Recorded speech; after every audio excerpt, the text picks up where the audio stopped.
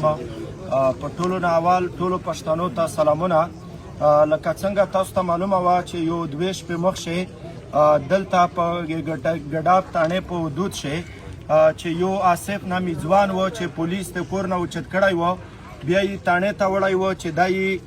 ویشتلی و په پښه باندې، خو د ده نه وینه دومره زیاته تللې وه چې هلته یې کوم تشدد پې کړی و، دی په شهادت رسېدلی و. بله ورځ هم موږ راغلي وو، خو دا دوې ورځې د پوسټمارټم نه کېده، نن یې پوسټمارټم وشو. اوس په وردو باندې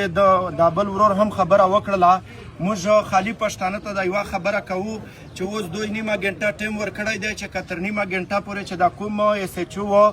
دا سسپینډ شو، خو که په نیمه ګنټه پورې په دا ایس ایچ او باندې اف آی آر نشه کټ، د ایس ایچ او ګرفتار نشو، نو بیا به سوپراوي ته وځي، سوپراوي به بند کوو. موږ د کراچۍ په ټوټل پښتنو باندې دا غږ کوو چې دا راشئ چې دا د پښتنو آخري مړی کو، آخري ځوان یې کو، چې مزید داسې درنده لکه د ډېر وخت نه په دا تاڼې کښې دي، خاص کر دا د ګډاب په تاڼه کښې چې مخکې روانور و،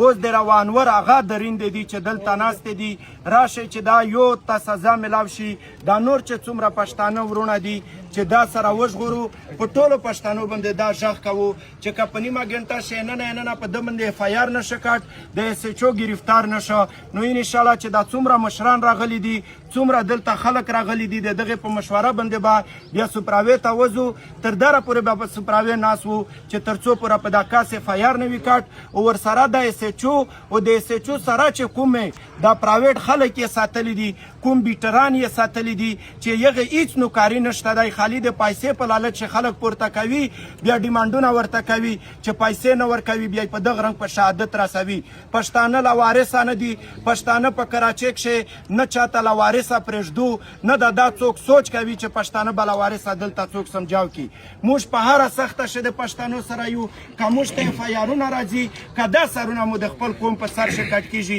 ذره پروا یې نه کوو. نو په آخر شي بیا هم په پښتنو باندې غږ کوو چې راشه ګډاب تاڼه ته چې دغې ځوان ته انصاف وغواړو، او ورسره په کراچۍ شي چې څومره میش پښتانه یا میش مظلوم خلک ته دغ ته ښه ژوند وغواړو. ډېره مننه.